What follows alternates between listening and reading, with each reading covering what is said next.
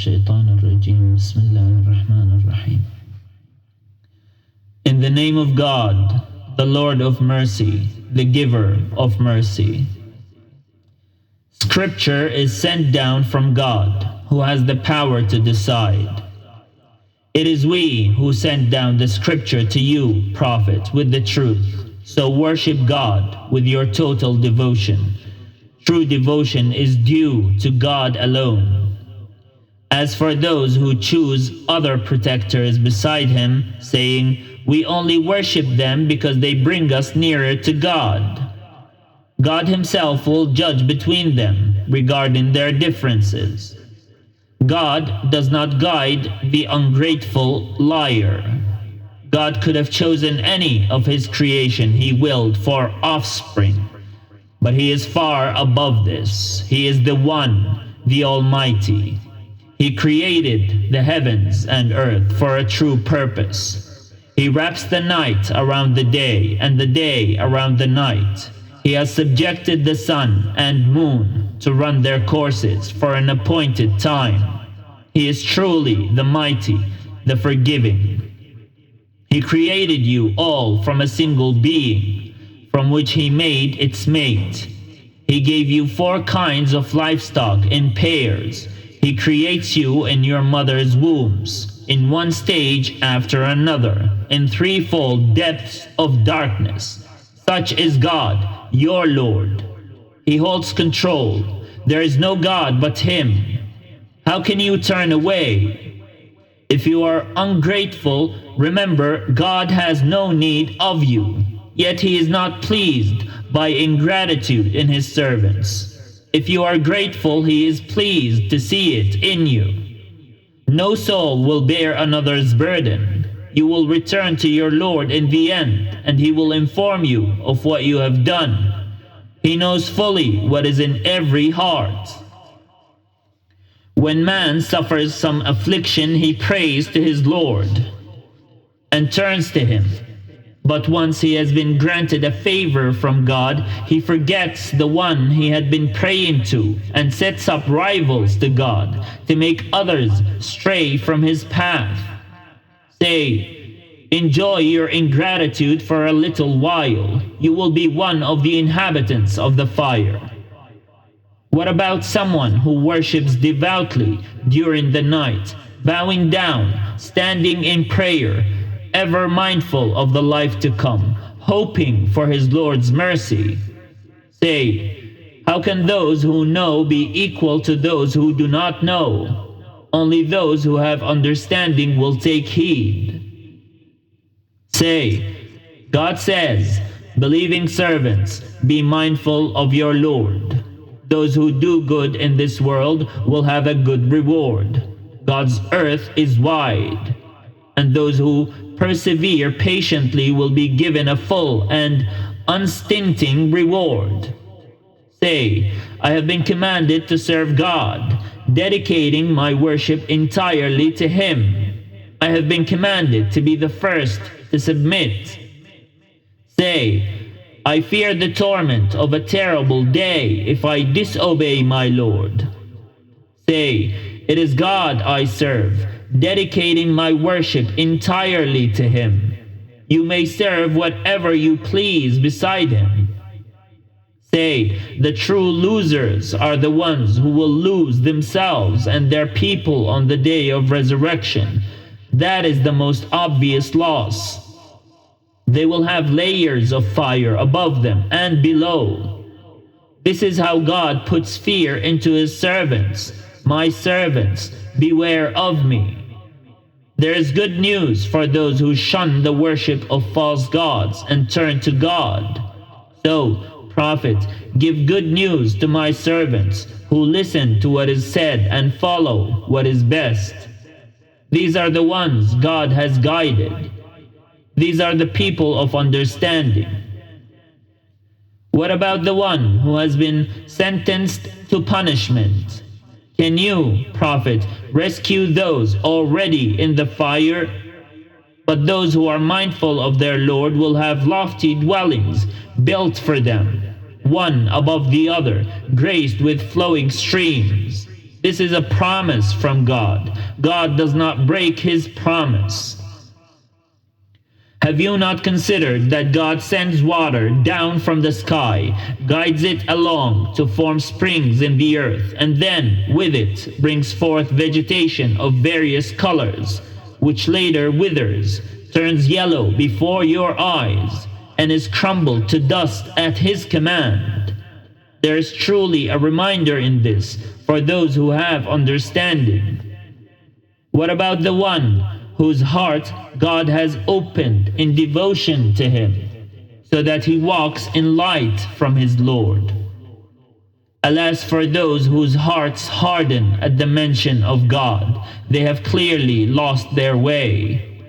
God has sent down the most beautiful of all teachings, a scripture that is consistent and draws comparisons, that causes the skins of those in awe of their Lord to quiver. Then their skins and their hearts soften at the mention of God.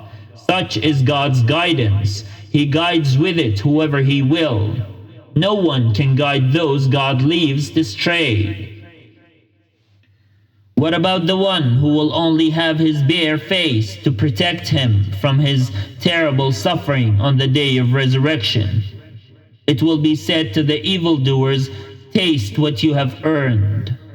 Others before them also disbelieved, and the punishment fell on them unawares. God gave them the punishment of disgrace in this world to taste. The punishment will be even harder in the hereafter, if only they knew. In the Quran, we have put forward all kinds of illustration for people so that they may take heed. An Arabic Quran, free from any distortion, so that people may be mindful. God puts forward this illustration. Can a man who has for his masters several partners at odds with each other be considered equal to a man devoted wholly to one master? All praise belongs to God, though most of them do not know. You, Prophet, will certainly die, and so will they.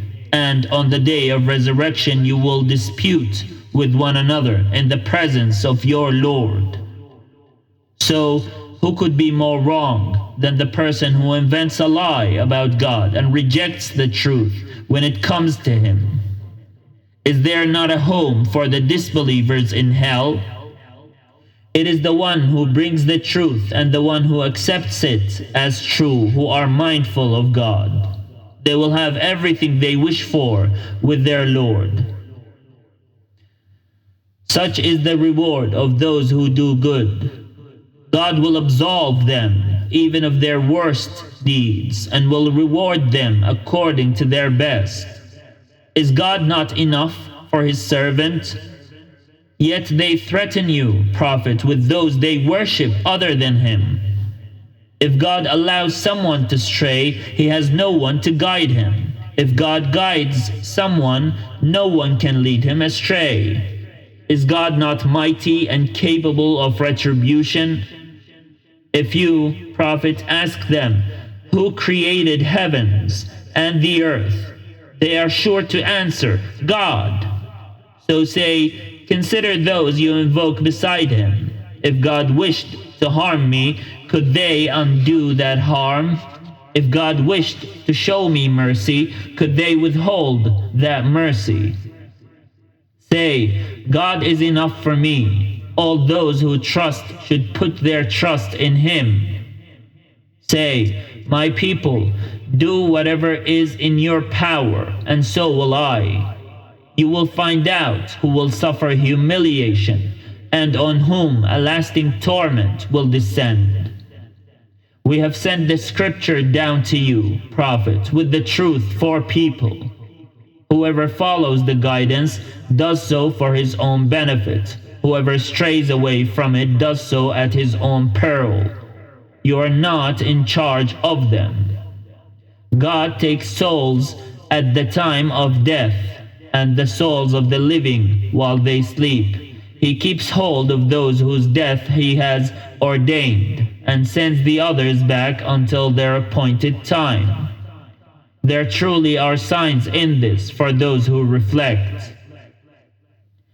Yet they take intercessors besides God. Say, even though these have no power or understanding, say, all intercession belongs to God alone. He holds control of the heavens and the earth. In the end, you will all return to Him. Whenever God is mentioned on His own, the hearts of those who do not believe in the hereafter shrink with aversion, but they rejoice when gods other than Him are mentioned.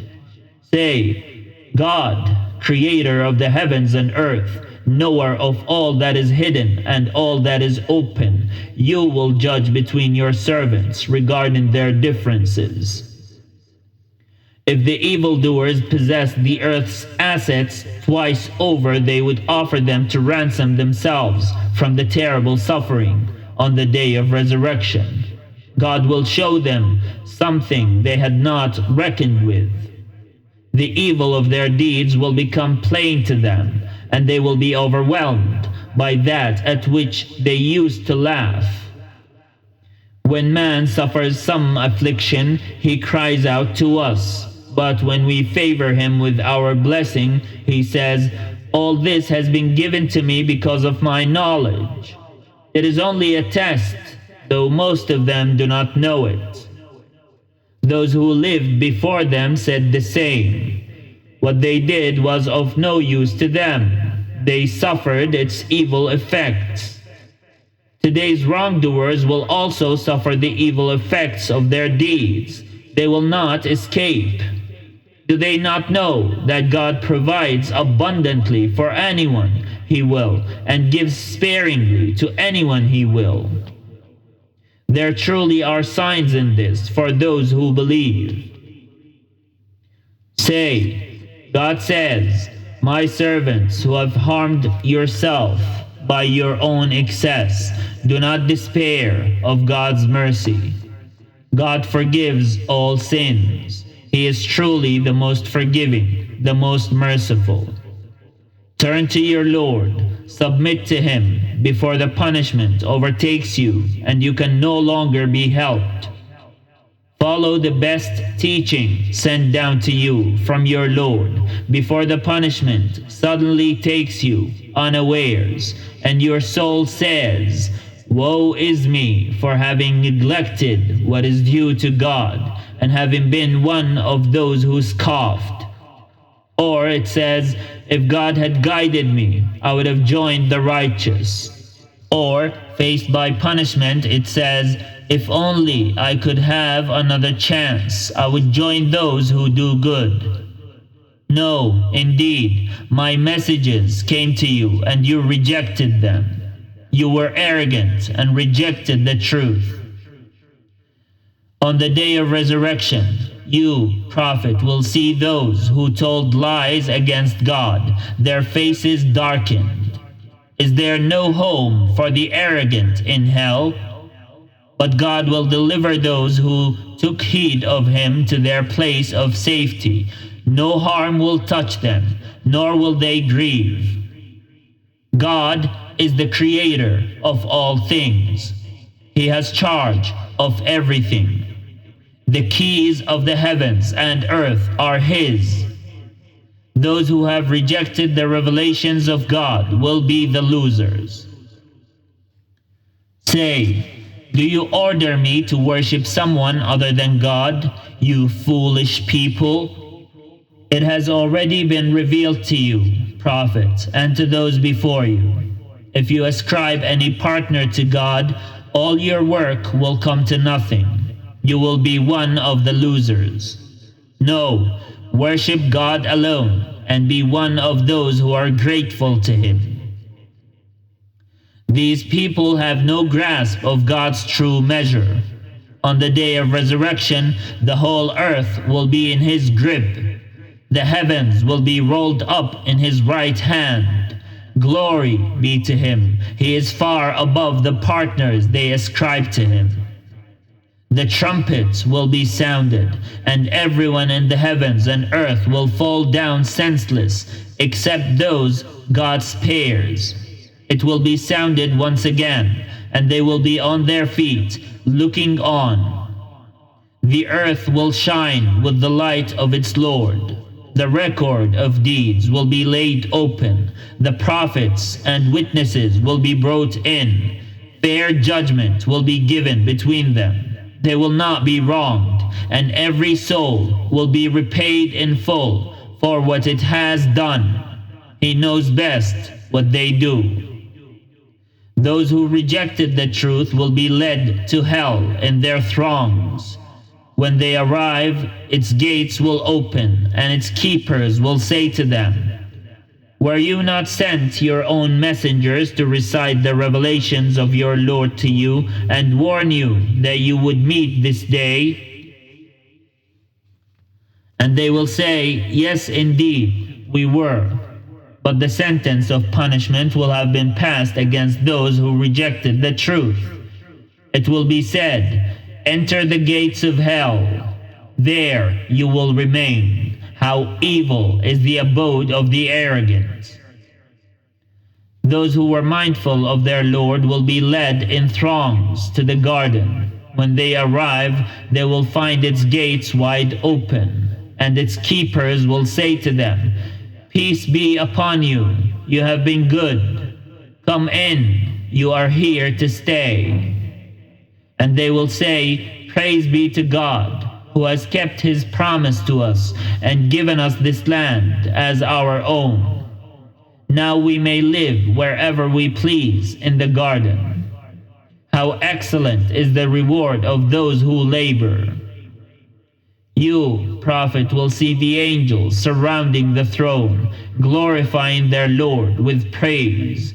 True judgment will have been passed between them, and it will be said, "Praise be to God, the Lord of all the worlds." Praise be to God, the Lord of the worlds. سبحانك اللهم وبحمدك أشهد أن لا إله إلا أنت أستغفرك وأتوب إليك.